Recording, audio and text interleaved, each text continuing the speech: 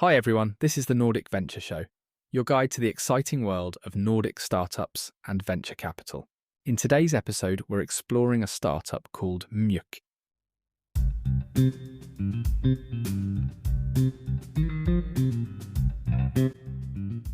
Welcome back, everybody. We're going to be doing a deep dive today. Yeah. Oh, fun. Yeah, it's going to be a really cool one, I think. Yeah. It's all about recommerce. Recommerce. Okay. Yeah, specifically, there's this Nordic platform called Mjuk. I've heard of them, I think. Yeah, and you actually sent this in to us. Yeah.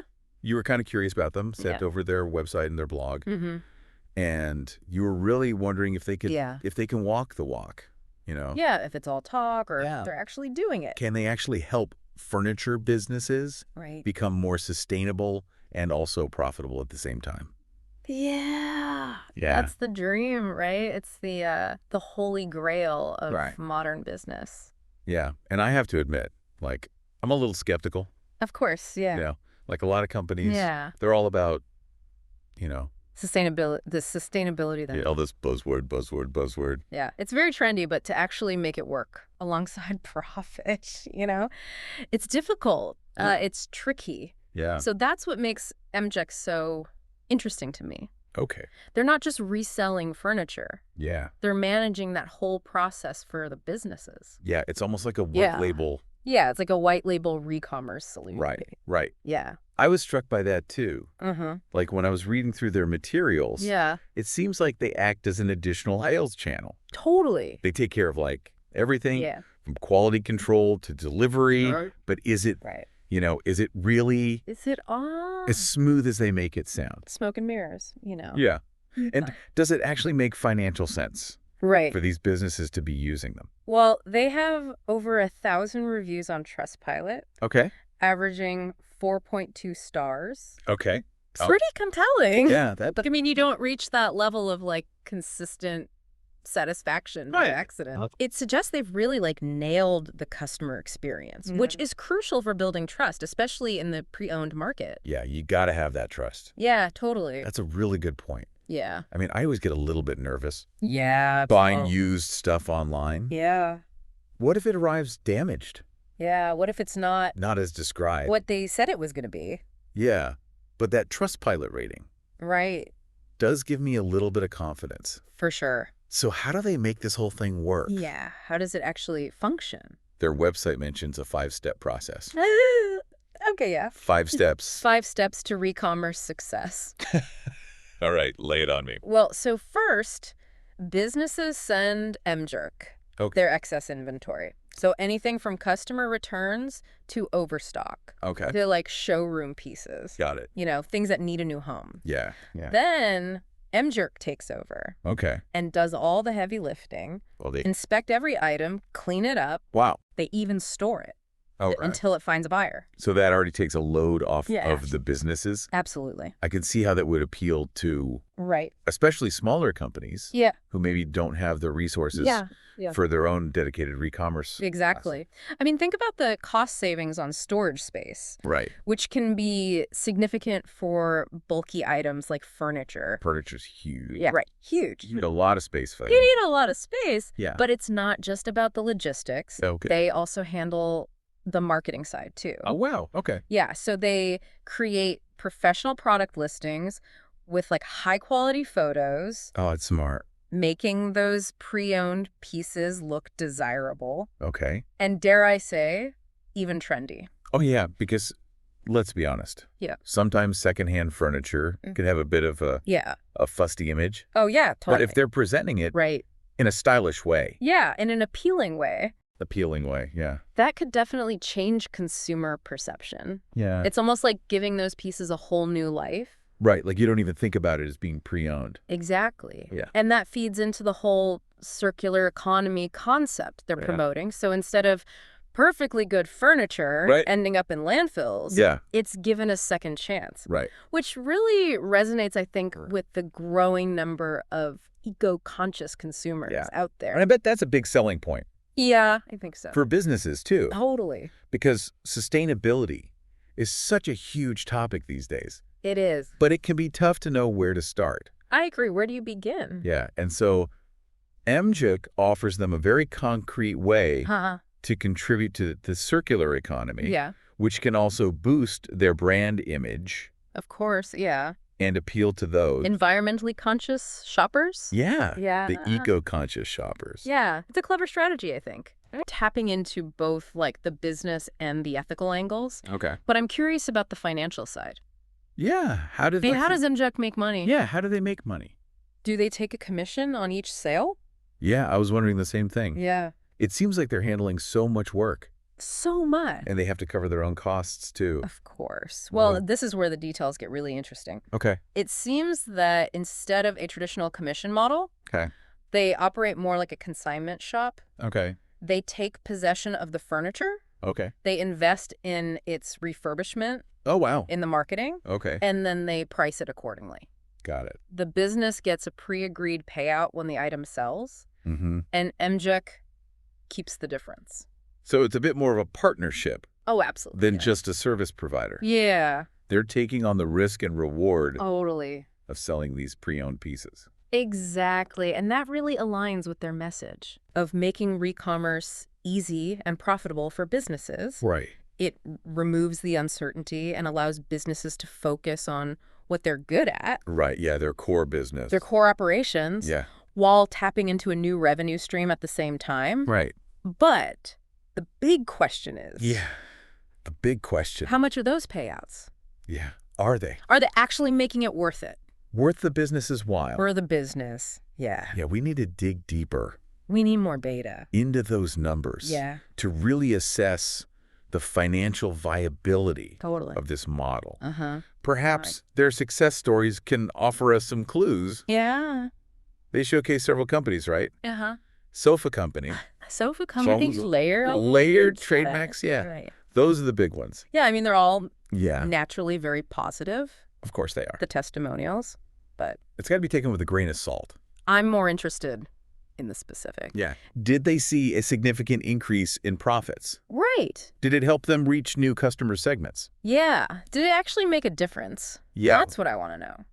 Okay, so let's dive into these case studies. All right, let's get into it. And see if we can glean some hard data. Yeah, some cold, hard facts. Maybe one of these companies even published. Oh, wouldn't that be great? Their own report on the impact of working with Mjuk. That would be awesome. That would be fascinating. Yeah, let's see what we can find.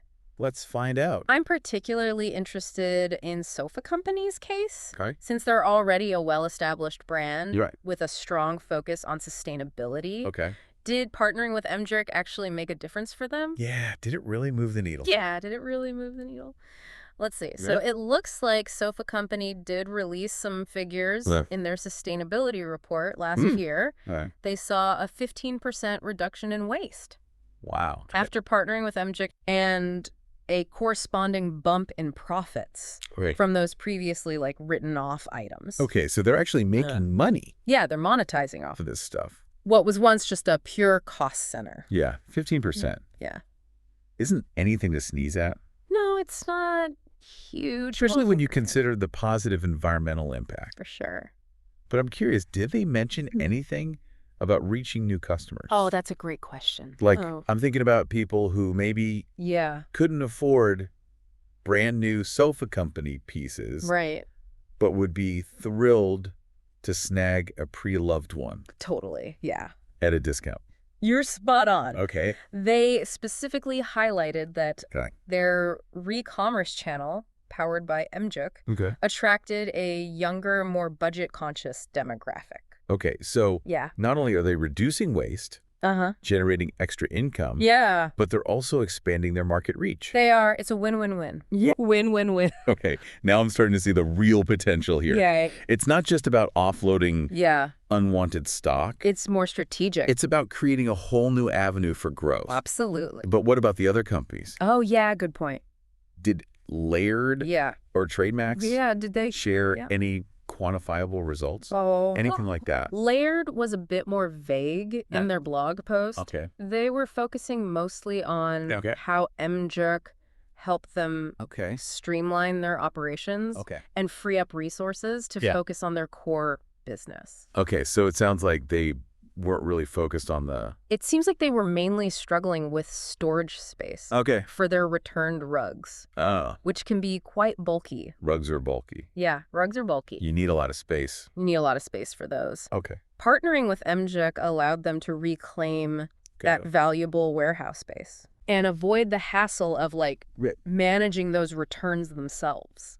So it's not always about the direct financial gains. Sometimes it's about the indirect benefits, like increased efficiency, operational smoothness. Okay. Those things are harder to quantify, but they definitely contribute to the bottom line. To the bottom line in the long run. Yeah, and that's where the value of outsourcing those complex processes really comes in. Yeah, to a specialist like Mjuk. Right. They've already invested in the infrastructure, the technology. They've figured it out. They figured it all out. Yeah. And the expertise needed to handle all those, like, tricky logistics, which allows their partners to just focus on what they do best. Yeah. Designing and selling beautiful furniture. Makes me wonder about the future of this whole recommerce trend. Oh, yeah. Where is this all going? Do you think it's just like... Is it a fad? A passing fad? Yeah. Or is it here to stay? That is the question. Could we reach a point where buying pre-owned furniture is actually the norm? Interesting. Not the exception. I think it has the potential to be much bigger than it is today. Okay. I think several factors are converging. Like what? To make recommerce more appealing. Okay. Both for businesses and consumers. Like what kind of factors? Well, for starters, there's a growing awareness of the environmental impact of our consumption habits. People are starting to think about. Yeah, people are looking for ways to reduce their footprint. Yeah. And buying pre-owned items is a tangible way. That's something you can actually do. It's something concrete you can do to make a difference. Right, and it aligns with the whole minimalist movement, too. It does. Right. Yeah. People are questioning the need to constantly buy new things. Absolutely. Especially when perfectly good alternatives are out there. They're already available. And let's not forget the economic factor. Oh, right. Of course. Right. Money matters. Inflation. Yeah. With inflation on the rise. On the rise and concerns about potential recessions. Yeah. People are looking to save money. Right. But they don't want to sacrifice quality. Yeah. You still want nice things. Yeah, exactly. So pre-owned furniture offers a really great solution there. It does. It's a great way. You can furnish your homes. Yeah, furnish your homes stylishly. Without breaking the bank. Exactly. So it's like this convergence of environmental consciousness, shifting consumer values and economic pressures, all pushing recommerce into the mainstream. It's like a perfect storm. It is. For companies like Mjuk. It is a perfect storm. They're perfectly positioned to ride this wave of change. But it raises some questions, though. About how the furniture industry as a whole will adapt to this new reality. Will traditional manufacturers start incorporating recommerce in their own business models? Will we see a rise in furniture designed for, like, durability and repairability with the intention of being resold multiple times? Whoa, that's mind-blowing. You're talking about, like, a fundamental shift in the way we design, produce, and consume furniture. It is a fundamental shift. It's like moving away from a linear throwaway model to a circular one. To a circular model. Where products are designed to have multiple lives. Exactly, multiple lives. And that has huge implications. It does. Not just for the furniture industry, but for... the entire concept of ownership. Yeah. Could we see a future where people are less attached to owning things outright? And more open to, like, subscribing to furniture services? Right. Wait, subscribing to furniture? Yeah, what if you could... What do you mean, like? Like rent a sofa for a few years and then swap it out for a different style when you get bored. I know it sounds a bit futuristic. Yeah, it does sound a little. But some companies are already experimenting with these kinds of models. It aligns with the whole sharing economy trend. And appeals to people who value flexibility and sustainability. And for companies like Mjuk, It could be a natural extension of their existing services. Instead of just handling one-off sales of pre-owned furniture, they could become like the go-to platform for furniture subscriptions. Wow. Managing the entire life cycle of those pieces. That's crazy. From initial rental to eventual refurbishment and resale. That's a game changer. It is a game changer, yeah. But wouldn't that require a massive shift? It would require a massive shift in consumer behavior. It would. I mean, people are used to owning their furniture. Yeah, passing it down. Yeah, passing it down through generations. Yeah. Would they really be willing to give that up? Yeah, to give up that sense of ownership. That's the million-dollar question. Yeah. And honestly, it's hard to predict how those consumer attitudes will evolve. Yeah. But I think there's a growing segment of the population, especially younger generations, who are more open to these alternative models. Of consumption. Yeah. Okay. They're less concerned with owning things outright and more interested in access, convenience, and sustainability. It makes me think about those meal kit delivery services. Oh, yeah. That have become so popular. Yeah. People are willing to pay a premium. Yeah. For the convenience. Yeah, for the curated experience. Even though it might be cheaper to buy the ingredients and cook the meals themselves. Yeah, it's all about... So maybe the same logic could apply to furniture. That's a great analogy. Yeah. Yeah, it's about shifting the focus from ownership to experience. Okay. And in a world where people are increasingly mobile, living in smaller spaces, the appeal of like flexible furniture solutions that can adapt to their changing needs becomes even stronger. Yeah, it becomes a really attractive option. So you're saying that companies like Mjuk could actually be at the forefront. I think so. A much larger cultural shift. Yeah, one that redefines our relationship with like material possessions. Yeah, wow. Yeah, and embraces a more circular and sustainable approach to consumption. I think that's a really, really interesting point. Yeah. What about their expansion plans? Oh, right. They mentioned something about entering the European market soon. Right. Yes, and I think that's a crucial next step. Why is that? Well, it seems like they've really nailed their model in the Nordic market.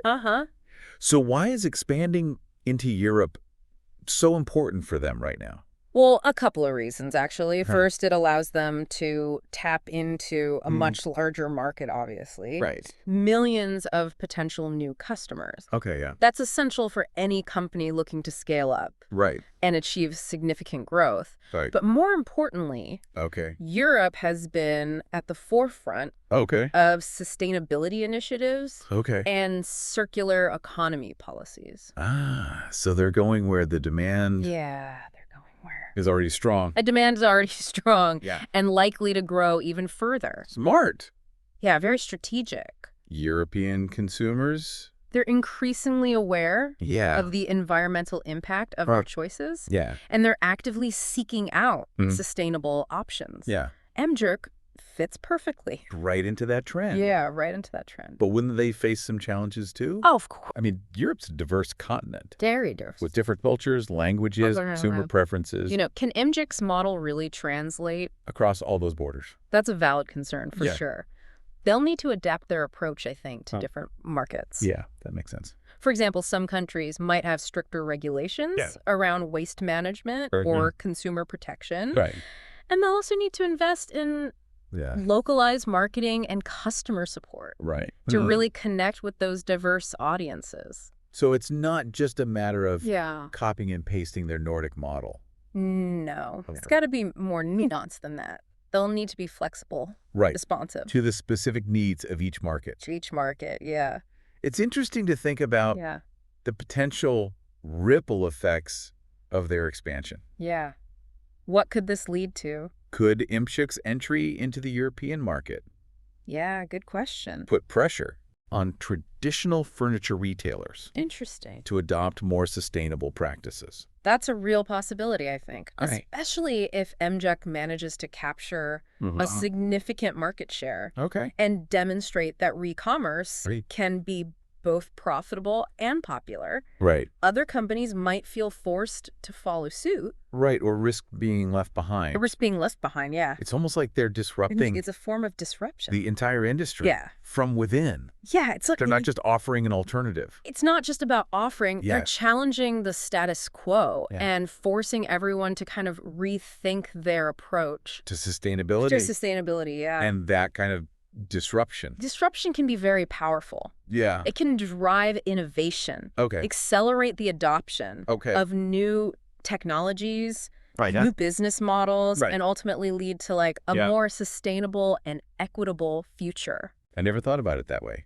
It's amazing to think that a company like Mjuk, which started with this pretty simple idea of reselling pre-owned furniture, could have such a profound impact on the entire industry. Yeah. It really is. It's a reminder that even small actions can have ripple effects. It's true. And that companies that embrace sustainability and innovation can really be agents of change. Absolutely. So what's the biggest takeaway? For our listeners. Yeah, for our listener. Who is so curious. How about Mjuk? What should they be thinking about? After this deep dive? Well, I think the main point is that Mjuk's success story is a signal of like a much larger trend. The rise of the circular economy and this growing demand for sustainable consumption. It's not a niche movement anymore. It's becoming mainstream. Going mainstream. And that means there are opportunities. For everyone to get involved. Whether you're a business owner looking to reduce your environmental impact or a consumer just looking for more eco-friendly options. Exactly. You can start by... you can start small. Making small changes in your own life. Buying pre-owned items.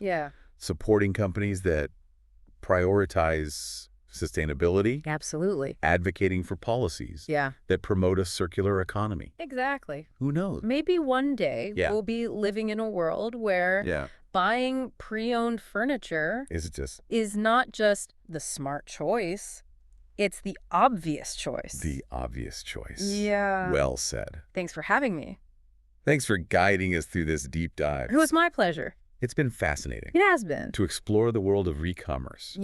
And see how companies like Mjuk are shaping a more sustainable future. It's really inspiring. It is. And to our listener, we hope you found this exploration insightful and thought-provoking. Remember, knowledge is power. It is. And the more we understand about these emerging trends, the better equipped we are to make informed choices that benefit ourselves, their communities, and the planet. The planet, that's what it's all about. That's what it's all about. Thanks for joining us. Thanks for having me. On this deep dive. It's been fun. We'll see you next time. See you next time. For another fascinating exploration.